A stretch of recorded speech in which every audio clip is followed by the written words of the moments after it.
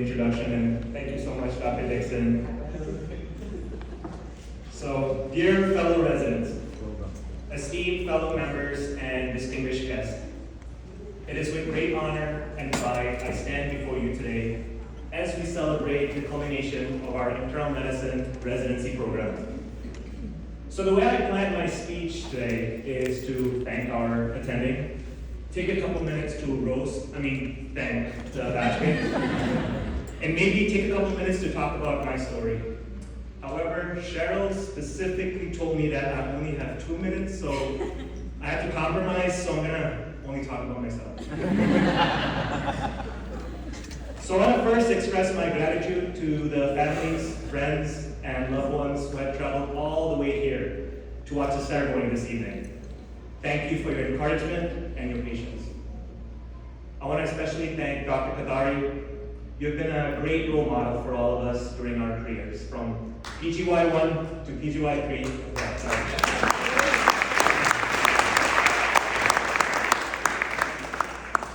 You have placed such high expectations on us because you believe in our potential to be a great physician. Once we leave and practice in the real world, for that we are very grateful. I want to thank Dr. Desai for being a mentor for everyone, especially in Holiday. Someone that will push you to strive for better. A doctor who sees you individually amongst peers and will focus on your shortcomings alone, along with overseeing the rest. Your guidance has been a pillar for our patient care. I would also like to thank Dr. Dixon for being the confidant we all get to see 2 to 3 times a year. Your meetings with each resident resonated with us and left us feeling enlightened. Your concern for us created the confidence we all needed each year as we acquire new roles and broaden fields of practice. To our attending physicians, thank you for sharing your knowledge and expertise for us, challenging us to think critically, and inspiring us to be the best clinicians we can be. So now, class of 2023. It's been surreal that we have accomplished and reached this point. Today is not just a graduation day. No, it's much more than that. I really want to express how meaningful today for all of us. Today is about a story that started 3 years ago. Even though our stories are very unique and different, my colleague and I shared something very similar. At one point in time, each one of us had to stop and make an important decision. Aspiring for excellence in our career, we decided to seek medical training overseas. This decision required sacrifice, hard work, determination, and the will to be far away from our loved ones. You must understand that this decision is very rare, and I commend you all for it.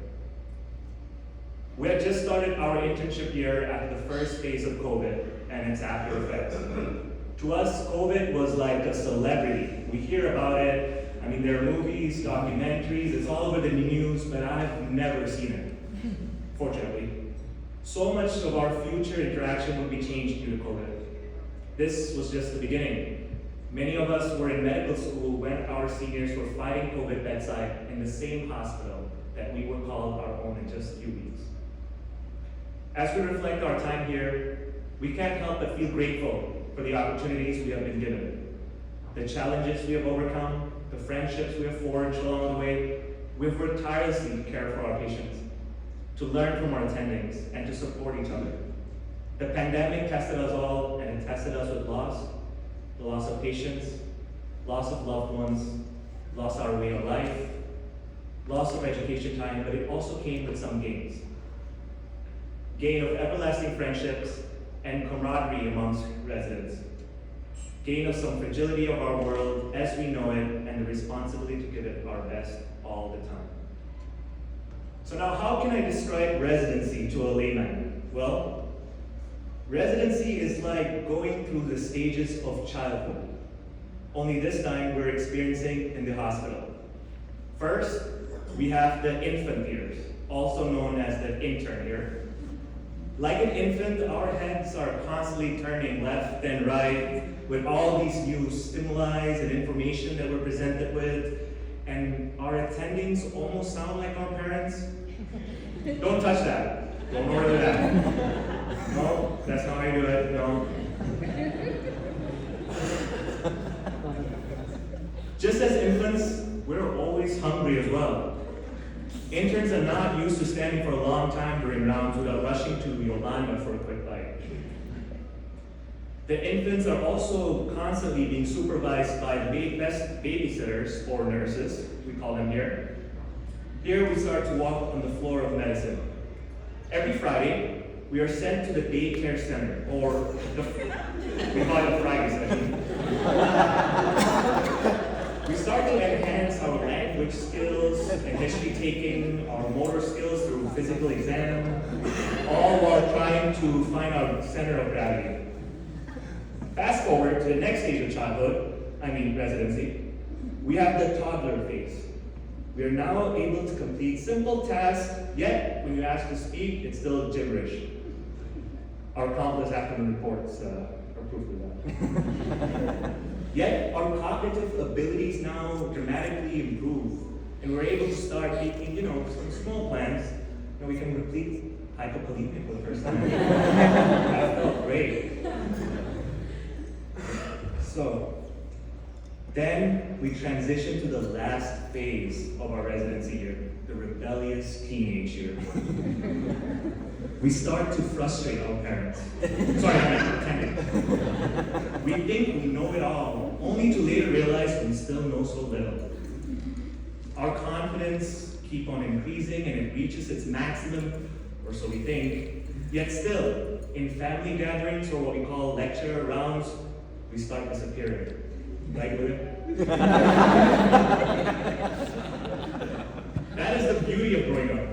Repetition creates that confidence, yet a new case in medicine will stump us just the same. But we know who to go to. Our attendings will never steer us wrong. And if we still do wrong, we get sent to the principal office. Where you can try to pray to the hundreds of gods stationed there. That tomorrow's email won't be about you.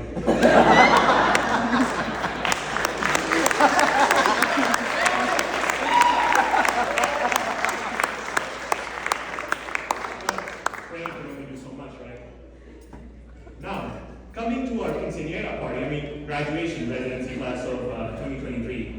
I will start by thanking our chief, Adi, who has done a tremendous job maintaining the calm in times of turmoil, answering those late night calls, accommodating most of our schedule change requests, and maintaining a balance when it seemed impossible.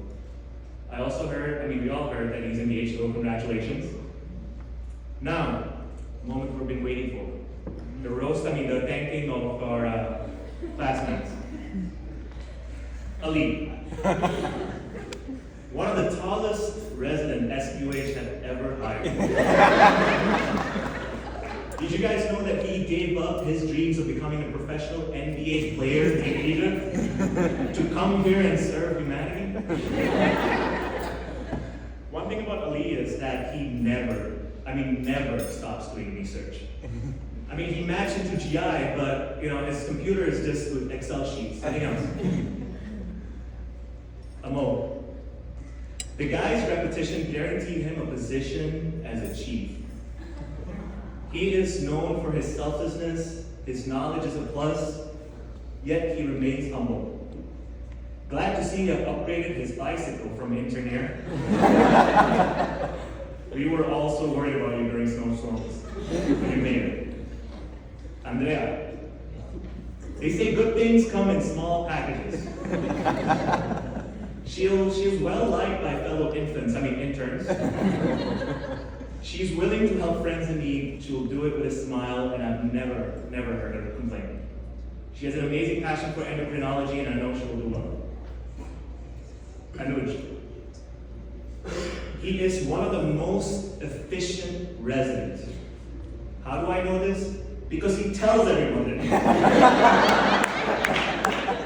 You remember a kid from high school that would finish a test and then tell everybody that he finished it first? That is Anuj.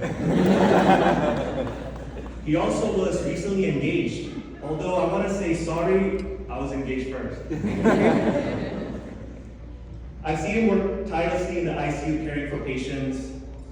Also, I want to wish you best of luck with your rheumatology, cardiology.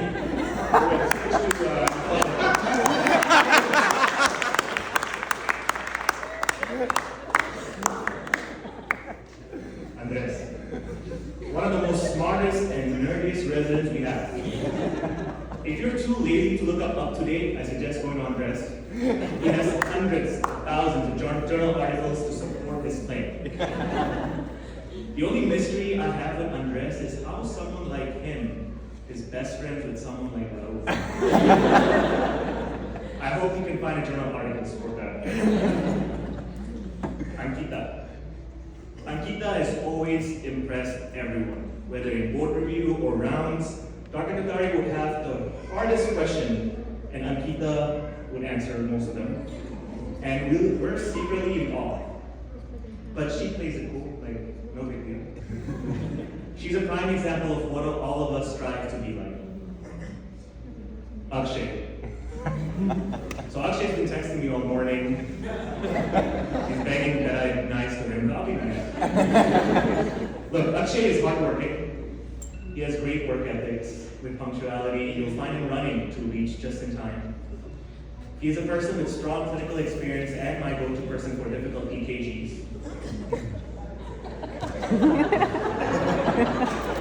He loves to eat. He loves to run. He loves to eat takeout food, but always end up getting Indian food. Knowing Akshay, I'm sure he looked up how many Indian restaurants 5 miles around the hospital before he signed that contract.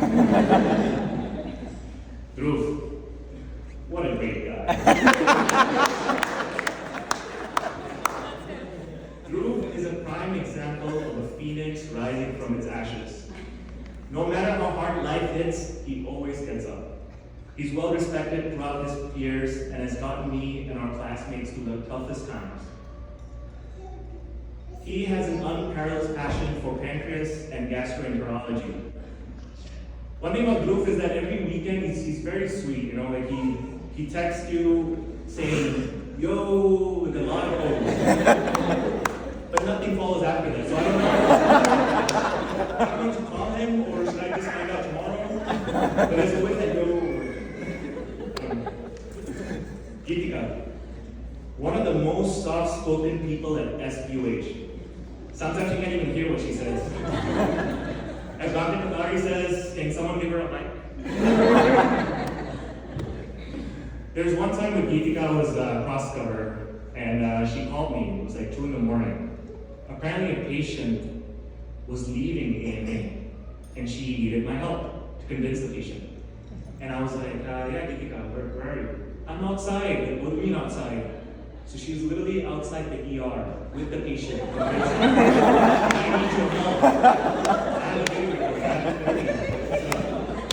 It was amazing. We finally got to convince that patient. One thing about her is that she can predict your TSH and A1C without even a blood draw. Julio. There's nothing else that he loves more than his BMW. Actually, you know what? There's one. It's gym selfies. You will always find him during his free time in the ICU. Even if it's not in ICU, he's just there. If there's any procedure, he's gonna do it. He's also our upcoming chief, and I'm wishing him very best. Kunal. Our friend here possesses remarkable qualities that have defined their journey. He's optimistic, has a vibrant party spirit, and a news geek. Fun fact, he graduated from 2 residency programs. One in New York and one here. Out of everyone, he has driven the most miles across that Arizona bridge.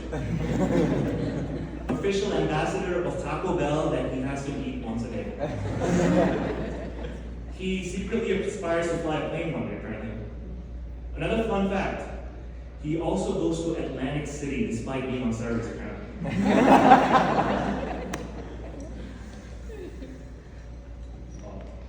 Rauf. What can I say? He is the definition definition of tough love. No filter, whatever. He speaks, and sometimes inappropriate, but he has a huge heart. In patient care, he provides exceptional care during these exceptional times. He loves to cook and will never leave a resident feeling hungry. Fun fact, he learns one word of Spanish a day. I don't know if you guys know that. He starts it, like for example, before my speech. So, how do you say speech in Spanish? One a day. So in my calculation, he has learned over 1,095 Spanish words. He's also the social chair. He has done an amazing job. Out of the entire year, he organized one party.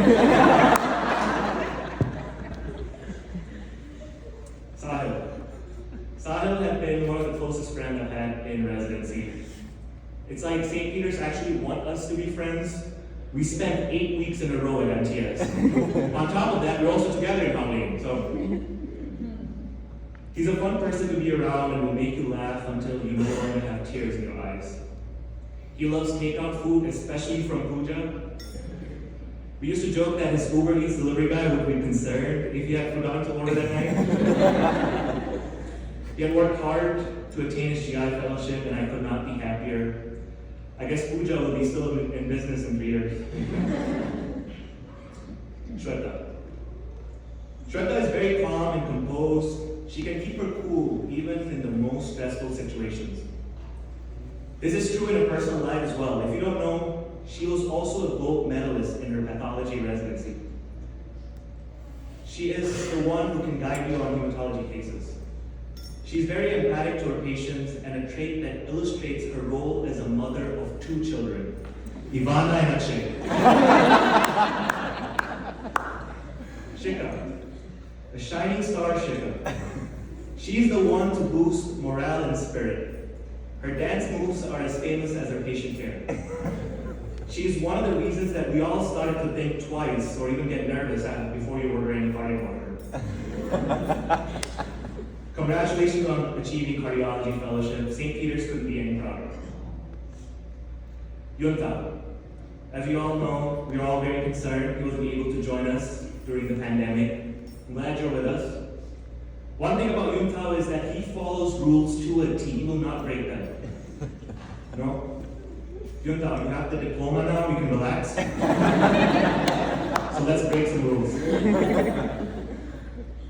William. William is one of the first friends I've had in SPUH. Interesting fact, he actually is starting a nephrology podcast and will be streaming soon in Spotify. I just have pieces of advice for William that patients are more than just creatinine and their p-value. Also, make sure you tell Stanford that you take at least 2 to 3 hours to get ready. That's all I have.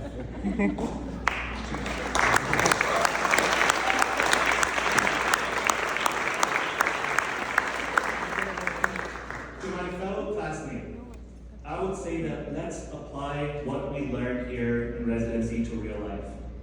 We have seen firsthand the impact of a kind word, a listening ear, a thoughtful gesture on our patient and their families.